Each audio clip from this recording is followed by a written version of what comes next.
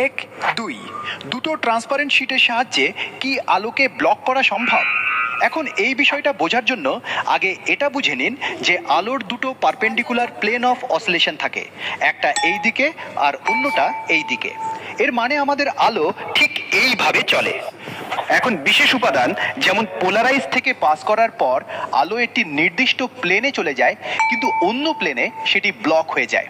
এখন এই বিষয়টি একটি প্রদর্শনী দিয়ে বুঝি। ধরে নিন আমাদের পোলারাইজার আছে, যা আলোর পথে এইভাবে রাখা আছে।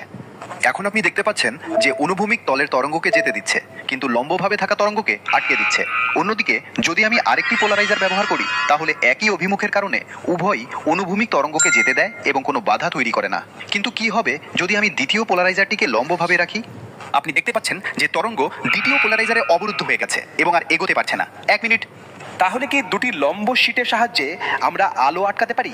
চলো চেষ্টা করে দেখি। প্রস্তুত?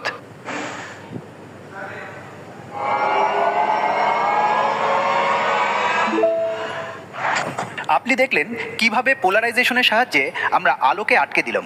এবার আপনি ভেবে বলুন যে চশমায় পোলারাইজার কেন লাগানো হয়?